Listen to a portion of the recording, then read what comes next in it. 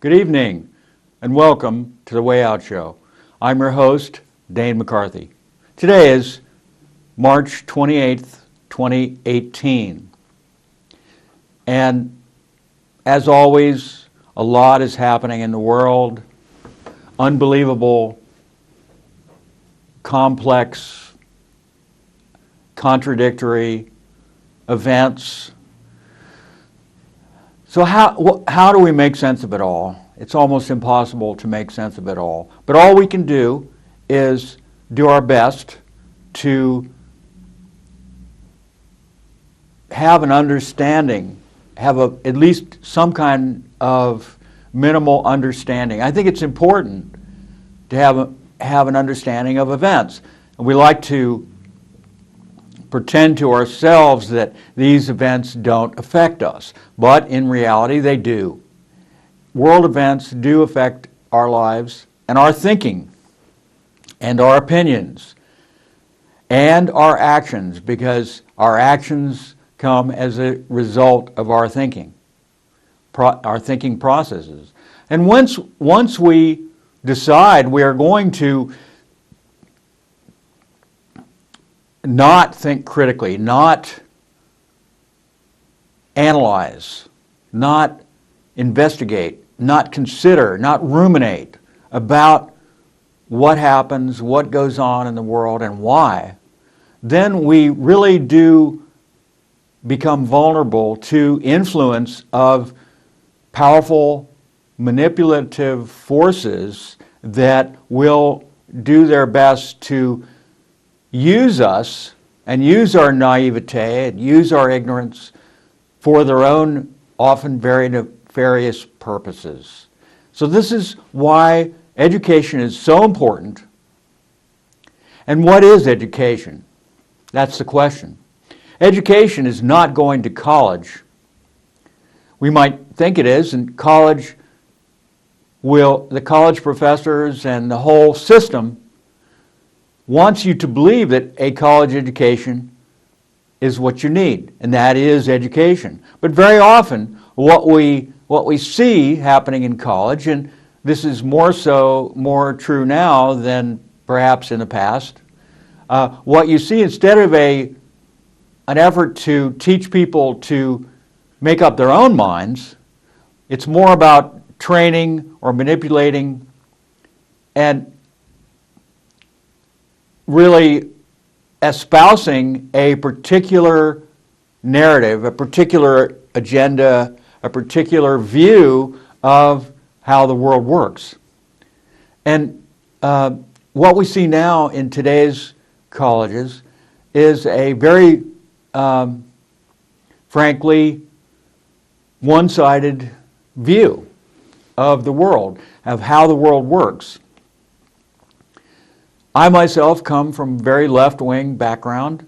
My parents were very left-wing, espoused or really liked socialism, believed it was the answer. My father even visited Nicaragua after the revolution, I think about 10 times. Really tried to do whatever he could to support the goals of the Nicaraguan revolution, which of course overthrew a dictatorship in 1979 of Somoza and installed a socialist government. And as so often happens in a socialist government, things look pretty good at first. And the socialists they make a lot of changes for the better. They have a lot of power because socialism gives a lot of power to leadership. That's just how socialism works. It's a lot of top-down command and control. So they start by doing very good things. People get fed. They collectivize. They clean up perhaps a very corrupt food distribution system. They put price controls on goods and services. And let's say in the case of food, so you can buy your food more cheaply. And so therefore people start getting fed. They may decide, and they very often do, to start a countrywide educational system. So people start getting educated. They start to learn to read, and they may revamp the medical system. In other words, people start getting health care. They decree by decree, or that everyone will, that the government will provide free health care to the farthest reaches of the country, the small villages, and that were pretty much ignored by the previous corrupt regime, which may have been in power for many decades and oftentimes turns into it's one family running the show, from father to son to grandson. But as has happened in Nicaragua, as has happened in many other, in virtually all societies that doesn't understand the importance of democracy, the necessity becomes, they become aware, the leadership becomes aware of the necessity of cracking down on dissidents. And there are always going to be dissidents because of the system. The system by its nature, the socialist system, is a system that, in order to continue to function, must have control. And there are always going to be people who disagree with that control, with the way that it is being administered. And so therefore, what do? You try to shut them down. If you allow the dissidents to have an equal say in the government, then you're sharing power with a group that doesn't agree with your views. And that will slow down your efficiency. So it virtually always happens.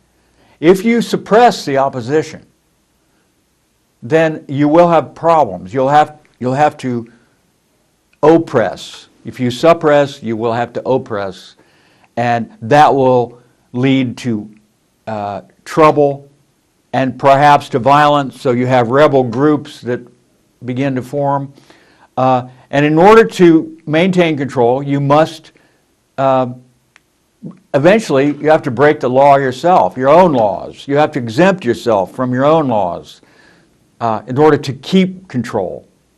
Because people just naturally like change. They may get tired of the socialist system. They see the problems, the cracks begin to emerge, the flaws in the system begin to emerge. The flaws, for instance, just with the price control. The idea of the price control of food. And this, strangely, often leads to food shortages because you don't have a competitive system of different small organizations competing against each other to make a better product. The product oftentimes denigrates. It doesn't improve. There is no motivation in the form of financial rewards for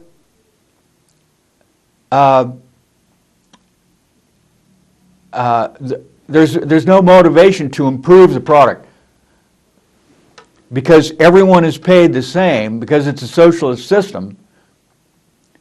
Now China and other communist countries they make an appeal and they try to whip up patriotic fervor, and they use awards and an appeal to the motherland to get people really excited about working hard and making innovations and so on, because the financial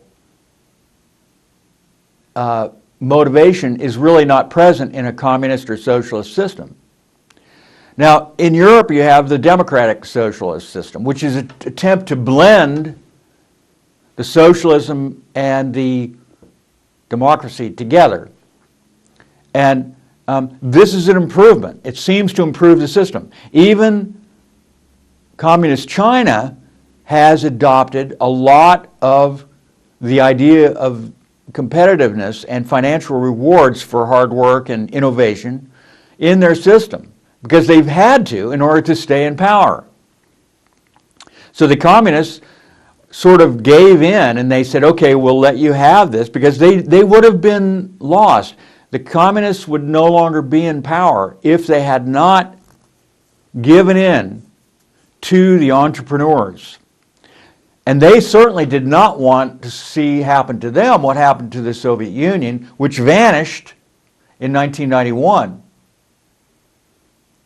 And then there was chaos in Russia for a while, and now you have a capitalist system in Russia, and you have a lot of, there was sort of a Wild West situation in Russia for quite a while, and there may be still be there to a certain extent, in which certain people got tremendously wealthy, they exploited, et cetera, and other people, the really smart ones were able to make vast fortunes. Now, under communist system, that's not going to happen.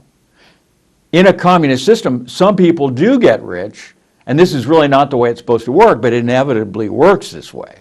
And this contributes to the downfall. That is because the inner party members of a communist or socialist system, the ones whose hands are on the levers of power, tend to get wealthy. And you may say, well, wait a minute, why would that happen? Well, because this is human nature. That if you have the opportunity to prosper and to get wealthy and to manipulate the system in your favor, whether it would be legally or illegally, this is what many people tend to do. And the people who crave power and yearn for power and need power are very often people like that who are rather greedy. They're not so benevolent, and they're out for themselves, basically. Again, another aspect of human nature. And they tend to be sociopaths. Sociopaths, very self-serving. They're very smooth talkers. They know how to charm people. They know how to look for people's weaknesses. The sociopaths will look at you, and immediately when the sociopath meets you, they are doing a survey of you. They're finding out, who is this person? What are their weaknesses? How can I exploit that weakness for my own benefit? And so very often a sociopath will question you. And it's sort of an interrogation almost. But the person who's being questioned might be flattered because they think, oh, this person really likes me and takes an interest in what I'm doing. And that's the way it appears, and that's what the sociopath attempts to do, to put their potential victim at ease. And so they're very good at this type of thing. A sociopath is a very good flatterer. And people like flattery in general. But we need, again, this is part of education. This is called education. And this is not something you're necessarily going to learn about in college. So we have to be extremely wary. And I think that the omnivore, in terms of education, is probably the best way to go. So you look at what interests you, and you study it. And you become instinctive, or you attempt to be instinctive about what is attractive to you to learn about. And learning can be fun, and it should be fun, and it is fun. Because, fun is just basic to human nature. As a child, we need fun, and the older we get, you need fun. You need fun all through your life. There is a short period of time, perhaps, when you want to just get real serious, and that's good too. We can be serious and have fun at the same time, and that's the way education can be. In fact, we learn better when we're enjoying ourselves when we are learning than if we are learning and not enjoying ourselves. The brain is more receptive to the information if it's not being force-fed reluctantly. We're having to study and really not liking what we're doing. And this is just part and parcel of learning about who we are and learning how our body and how our mind and our spirit all operates together to create that human being, that complete human being. So what we have today, what we're looking at, is a tremendous conflict. It's a struggle. And it's an ongoing struggle. It's the same struggle that humans have sort of placed themselves into throughout history. And it's not a struggle for peace, it's a struggle for power. And the end goal may be peace, but peace, the idea of world peace is a misnomer. Because world peace is not an amorphous, like a mist that settles over the world, kind of the peace, it's not like a invisible ocean that we swim through, and it's called peace. No. Peace is something that comes from inside every human being, each human being. That's where peace is.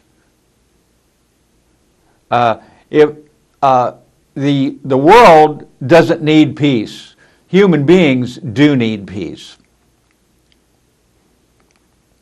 And so the struggle is between the people who want to get peace by domination of others and those people who recognize that peace is something that is within each human being. And it just needs to be tapped into, or needs to be felt. So, what people do is they have an idea. And they say, well, if I can just, this is really a good idea, and if I can just spread this idea, if we can just get together as a group and spread this idea, then we will create peace. This is the answer. And whatever the idea is, and some people are willing to die for that idea, and they do, or kill, or both, die and kill for that idea. So whether it would be whatever the cause is, people have rallied around the flag of the cause for a very long time. And you might say that, okay, we're talking about countries. And people like to think, okay, that countries go to war with each other. No, countries do not go to war with each other.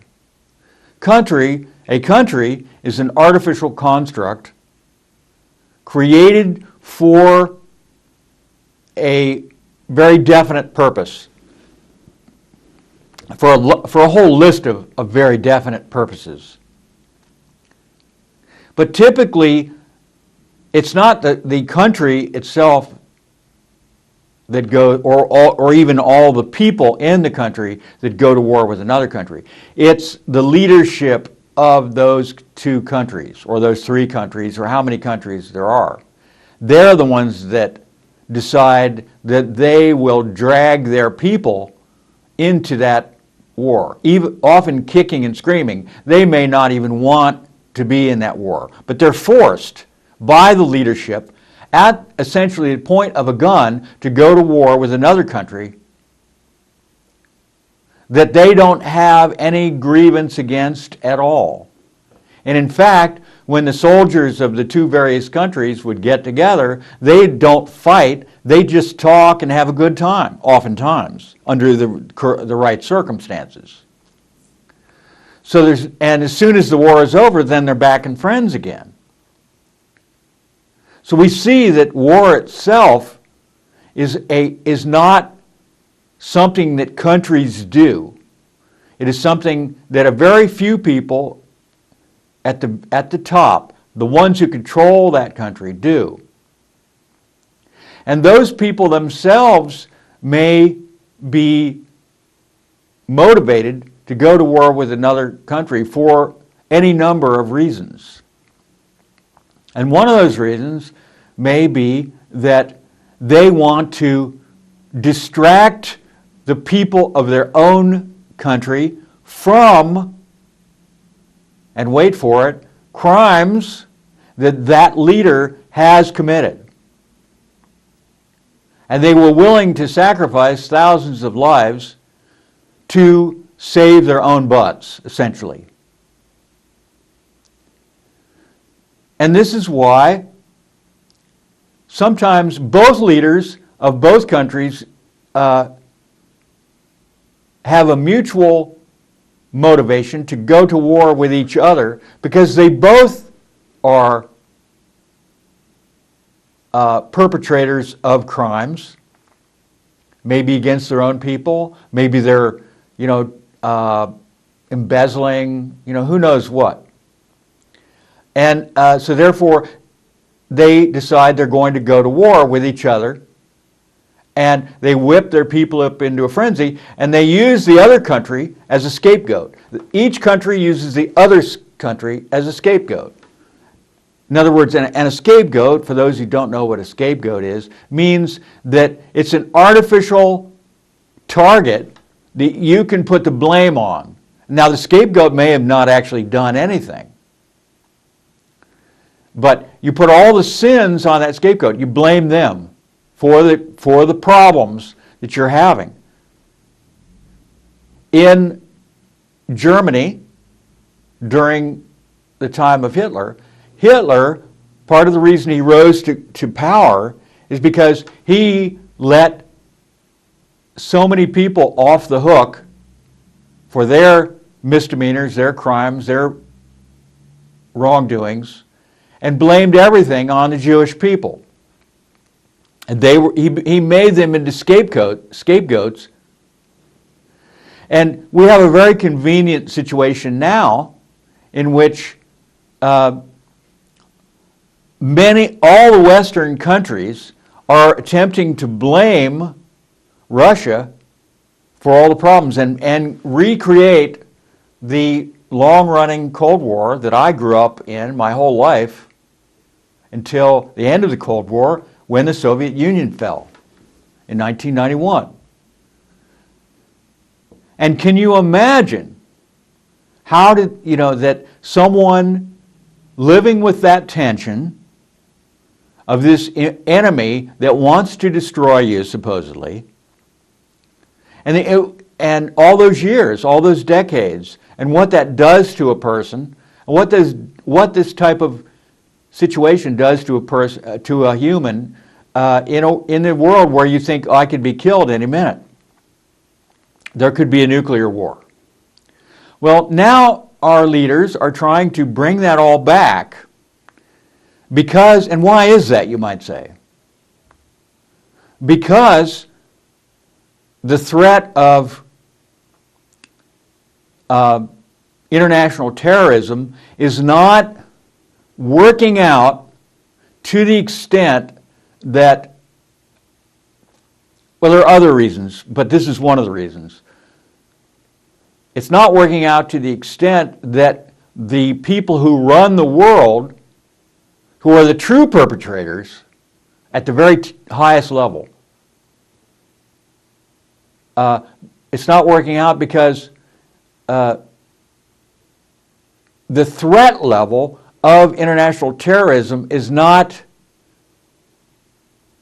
creating enough fear and enough tension.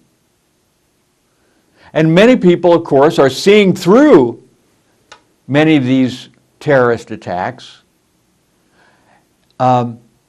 these so-called terrorist attacks, and some of them they are real terrorist attacks. They're genuine terrorists. You know, they walk into a crowded bazaar and they set off their vest and kill a bunch of people and themselves.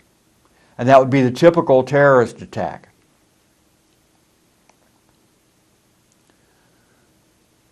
But not all terrorist attacks are genuine. Some terrorist attacks are created, and they're created, they're false flags. This is beyond question. And 9/11 is one of these. And the proof is available for anyone to see. The 9/11 is so important historically because that's what started the situation we are in the 21st century. And it was deliberate. Dick Cheney really ran the show in 9/11. And we have to wonder, you know, how did those 3 buildings fall on 9/11? If you look at how they fell, the footage, you have World Trade Center Building 1 and 2, plus World Trade Center Building 7, which fell into a neat pile of debris,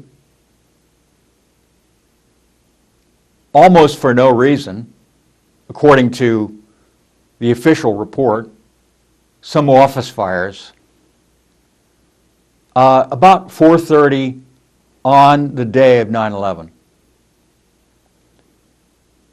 And we saw buildings 1 and 2 fall very quickly from, again, what would have been fires. And we would like to think that, yes, they were created by jets running into the building. Well, one thing that most people don't understand is that how did those jets get in that building, those 2 buildings in the first place? What are jets made out of? What are 707s, 757s made out of? They're mostly made out of aluminum. They have to be light so they can fly. And what is a skyscraper made out of? Mostly 4 inches thick minimum of hardened steel. So you might say, well, see, the reason why the planes were able to literally enter those buildings, those 2 buildings, and no jet, by the way, hit Building 7. It just fell. And you can look at the video of it. It just falls like this, straight down, the whole building into a pile of debris. And if you look at the video of the planes entering the buildings, they don't even slow down. They just disappear right into the building. Like a hot knife through butter. Just like that. And you might say, well, it's because the planes were going so fast. No. That has nothing to do with it. The speed has nothing to do with it. Of the plane has nothing to do with it. It doesn't matter how fast the plane is going. The physics would be identical if the plane were standing still and the building was coming at the plane at 450 miles an hour or so. Just imagine it. That would be the physics of it would be identical. The plane goes at 450 miles an hour and hits a stationary building, or the building is going at 450 miles an hour and hitting a stationary plane.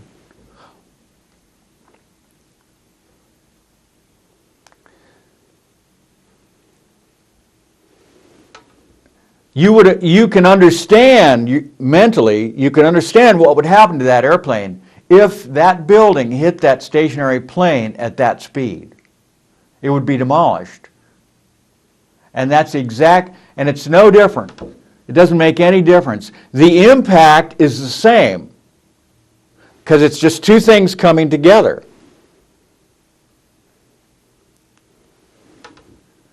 So, and really the question, this brings up another question.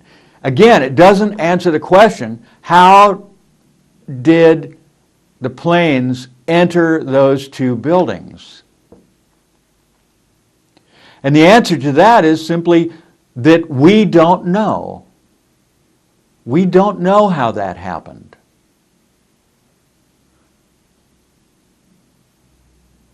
And we have to wonder what went on that day. But even if a plane had been able to enter that building, enter those two buildings, and explode into those, explode out, make a hole in the buildings with a big explosion, that's the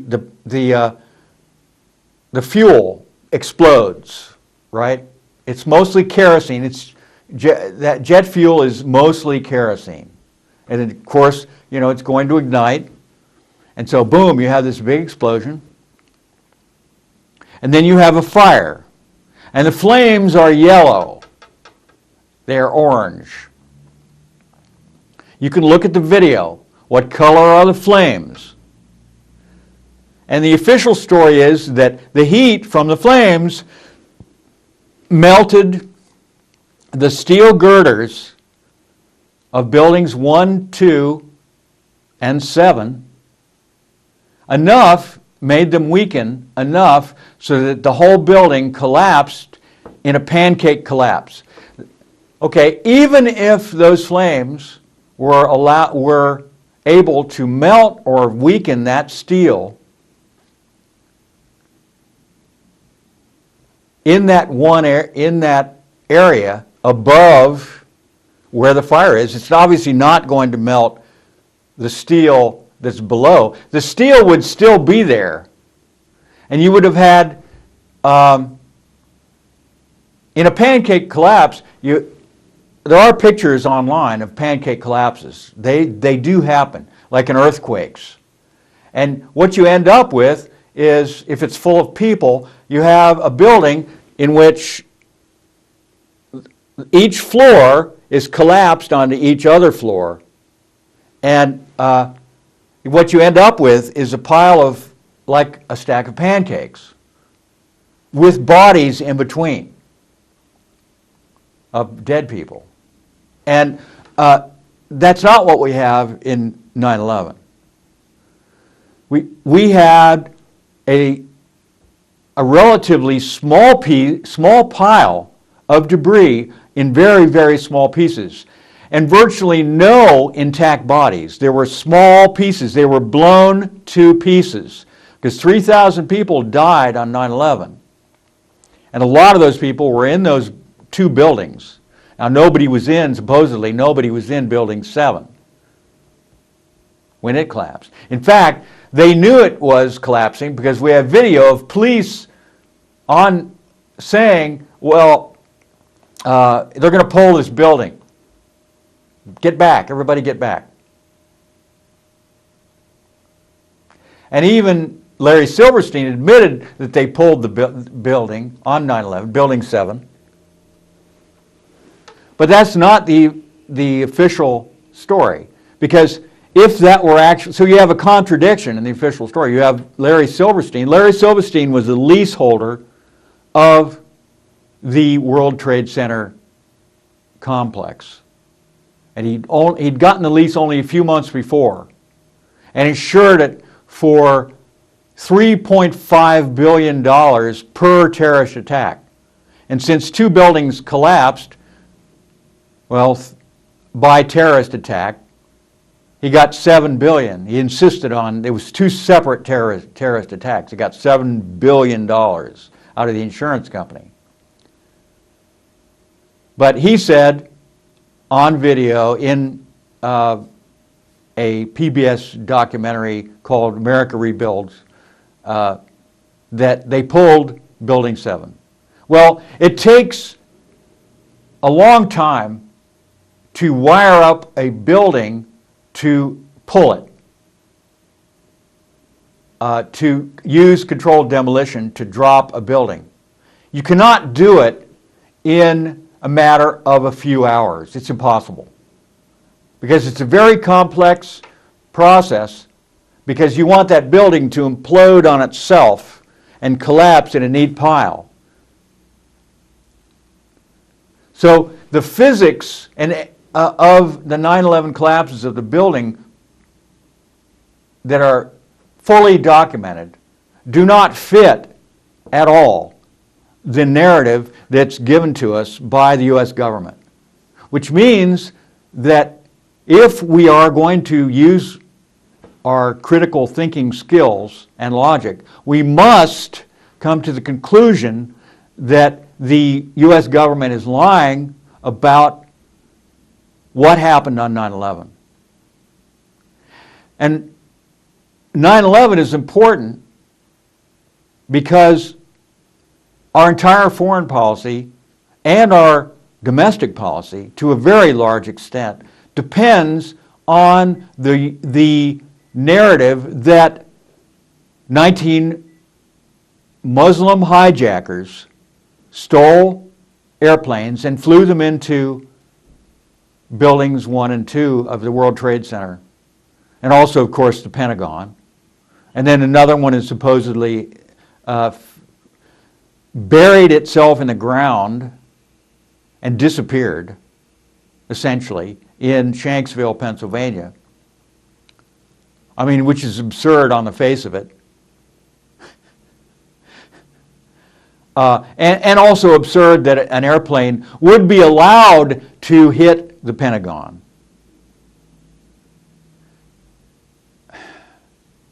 The Pentagon, one of the most heavily guarded missile buildings in the world. And where was NORAD? NORAD, that Americans have paid literally billions and billions of dollars to maintain since the end of World War II, to protect us from just exactly this type of attack. And NORAD stood down on 9/11. Or there was a few jets that were scrambled and they were sent out over the Atlantic Ocean. And there was a drill about airplanes going on, hitting buildings, being stolen, hijacked, and it was a drill on that same day going on. What a coincidence. So Americans all too often are in denial.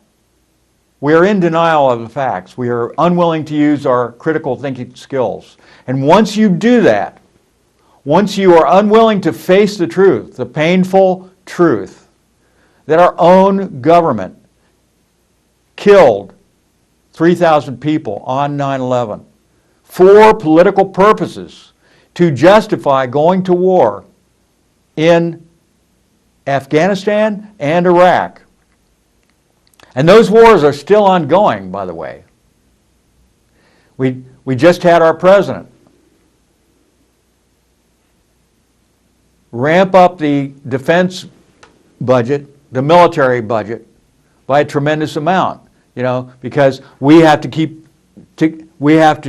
continue to fight these wars. And if you ask an American why we are fighting in Afghanistan, I really don't think too many Americans would really even know, would really even understand.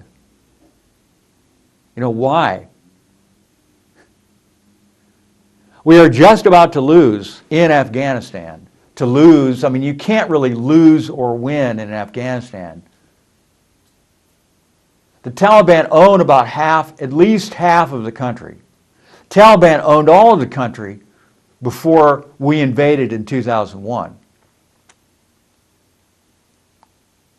2001. This makes it the longest war in American history.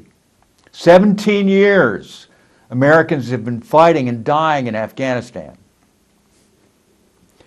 So this is an example of the exact same terrible consequences of hubris that countries fall in. Afghanistan is known as the graveyard of empires. And yes, there is an American empire. It's a very big empire. And any country or any empire that wants to expand its empire looks at Afghanistan, and has throughout history, as the linchpin of control and power in Central Asia because of its location, right in the middle. If you own Afghanistan, then you can spread out and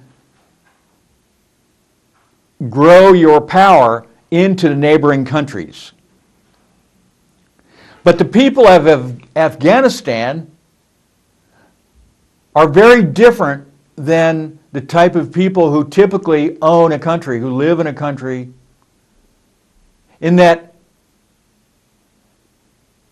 they are kind of a decentralized, tribalized people. Their first loyalty is not to Afghanistan. Their first loyalty is to their family and their tribes and their religion, of course, their ideology, rather than to their country. Because in most of Afghanistan, the government really doesn't do anything for the people, or very little. They're pretty much on their own in much of Afghanistan, and that's just the way Afghanistan is. It's a very mountainous and difficult country to get around in. And so it's also very difficult to conduct a war in and to win. I mean, like General Mattis, Mad Dog Mattis, they ask him, will we win in Afghanistan? And he's just like all the other generals who have come and gone, the commanders in Afghanistan, and they always say, yeah, I think we can win. But what does winning mean? And he says, well, to me, victory is that the Afghan people will be able to have control of their country. The government, meaning the government. The government will have control over the country. Well, unfortunately, the government of Afghanistan is extremely corrupt. It's one of the most corrupt governments in the world. Whether it's been installed by the Americans or whoever. And the people tend to resent being exploited and robbed by their own government. So they tend to be, they don't trust the government. And so the idea of that the Taliban would run the show, to them, is maybe a little better, because the Taliban at least are religious, or they claim to be religious, students of the Quran. So they would install Sharia law, this very harsh, very primitive, medieval law, rule of law. And they think, well, this is better than no law, better than rampant criminality, just, stealing our land and, kidnapping, killing, raping, etc., with no consequences. And besides that, wow, they're religious. We're religious. We believe in Allah. Allah is everything. They're constantly quoting Allah, constantly saying that everything depends on Allah. And so you see the situation, and you see the lunacy, the apparent lunacy of the American empire trying to control Afghanistan. And of course they have their reasons. That's one of those reasons, is because Afghanistan, not only is it the center, located in the center of Central Asia, so it's an important country. You've got to have Afghanistan if you're going to have influence in the rest of Central Asia. And they're worried about the incursion of China. They were worried about the incursion of Russia into Afghanistan. They were able to get, with the CIA, they were able to get Russia out of Afghanistan. They gave up and left. And eventually the Americans will also leave Afghanistan. Who knows after how long? And then the Taliban will return, or whatever other group gets control of that country. And they will probably continue to live the way that they have lived. But you see how the situation that we see that we're existing in the world is not the same situation that we thought it was, or we're told it was. And we don't question why. And instead we follow what the latest 24-hour news cycle is. And we only focus on that because it's much easier to do that. And or the 2-week or the 3-week news cycle. And some new crisis is touted by the networks, touted by cable news. And why? Partly just for their own self-serving benefit. Because they want eyeballs on that station, on that show. And so whatever the new catastrophe is, that is what they're going to focus on. And right now, because we had a shooting in which 17 students were killed by a deranged teenager. Oh no, I'm sorry, it wasn't the teenager, it was the gun. It was the gun that did it. We don't want to worry about the deranged teenager and how he got to be deranged and homicidal. We want to say, oh, the gun did it. The gun made him do it. Guns are really dangerous because you never know when a gun is going to kill somebody. So therefore, you have to get rid of guns. But that's really the thinking. And literally in California, a homeless illegal immigrant was let off after killing a woman because he claimed that he found a gun underneath a park bench and he was handling the gun and it just went off by itself. He didn't pull the trigger. It just went off by itself and killed this woman. So we have to be careful because guns, they seem to have a will of their own. There is no attempt to look at the way in which pharmaceuticals that are being routinely administered to children today can cause homicidal behavior, suicidal and homicidal thoughts and actions. And this is not denied by the pharmaceutical company, that the antidepressants, the Ken and other drugs that are more and more being administered to children, younger and younger and younger. And now it's to the point where children as young as 1 year old or even younger, infants, are actually being diagnosed as being depressed and given pharmaceuticals to supposedly cure them or maintain or manage their depression. But you can see that this is just a recipe for disaster when you have millions of children and adults being given dangerous pharmaceuticals that are known to cause psychotic reactions, that a certain number of those people will go psychotic. And it will happen, and it is happening. Just exactly the way the pharmaceuticals know it would happen. And so people think about shooting up their high school,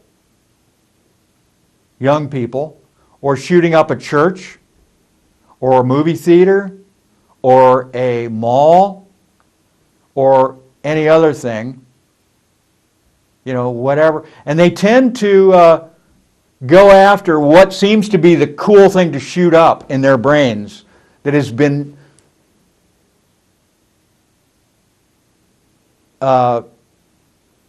used and shown over and over and over and over and over in the television, on the television. So right after, within a week or two after the shooting in Florida, there was another shooting in Maryland by a teenager, and he shot 2 other students. One of them has since died. But he only shot 2. And why did that happen? Why did he only shoot 2? The reason is because the security guard, who was armed, shot him and killed that student who was shooting the other 2 students. So there were 3 people shot, and 2 of them are now dead, including one of them is the shooter. And how many people would he have shot? He had a handgun. How many people he would have shot? Let's say he had a 7-shot magazine and a semi-automatic handgun, at close range. But usually you don't, people don't die that easily. It's only in a place like Newtown that an autistic teenager can take a semi-automatic rifle, in this case a Remington Bushmaster, which is a AR-15 style type of weapon, and then kill 27 people. Kill with no wounded. No wounded. A few adults, mostly children. And those kids, and this is one of the, this alone raises a red flag. Why were there no wounded? That never happens. That never happens. And this is just in a matter of a couple of minutes. Then he shoots himself. Well, I posit to you that we have to look into the anomalies at Newtown. The fact that no parents felt the necessity to identify their dead children. That the EMS people did not go in. A few police came in, just said they're all dead, and the fact that ambulances were lined up and prevented from reaching the school. The fact that there were evidences that the school was not really being used, that it was around the holiday period, and yet you think of in an elementary school, usually there are, in the photographs you see the windows and they have holiday drawings and things taped up on the windows. None of that. It seemed blank. The windows are blank. And there was this apparent attempt to make a school appear to be an active school when it really wasn't. The fact that where were the other children? Where's the video of all the other children leaving the school? You have a still photograph of some children leaving the school, maybe a dozen or so. But there's a video that exists of the time period in which the students were supposed to have left the school, but there's no one in the video. And it's a video across the parking lot. They were supposed to have crossed the parking lot, but they never crossed the parking lot. In the Florida shooting, there was 3,000 kids in that school. And I think some kids did die. But why are there multiple witnesses who say there was more than one shooter? And you can look online and hear them telling the camera that there were more than one shooter. They saw it, one person says even three. Another person says that there had to have been more than one, because I was with the kid, the Cruz kid, his last name was Cruz. While the shooting was going on, I was talking to him in the hallway. They were leaving the building. He was leaving the building with the rest of the students as the shooting was going on. And the witness, the young girl, you can look at it, she gave her testimony on the day that it happened. And yet, the mainstream media does not cover this because it doesn't fit the narrative of only one gunman. Sound familiar? We've been told there's only one gunman for 50 years. We've been told there was only one gunman in shootings. This goes all the way back to the Kennedy assassination, and before, actually, if you go back in history. Because two gunmen means a conspiracy. And that opens up a whole kettle of worms. And the truth may come out. So that's all there is for today. Have a great weekend and sleep well.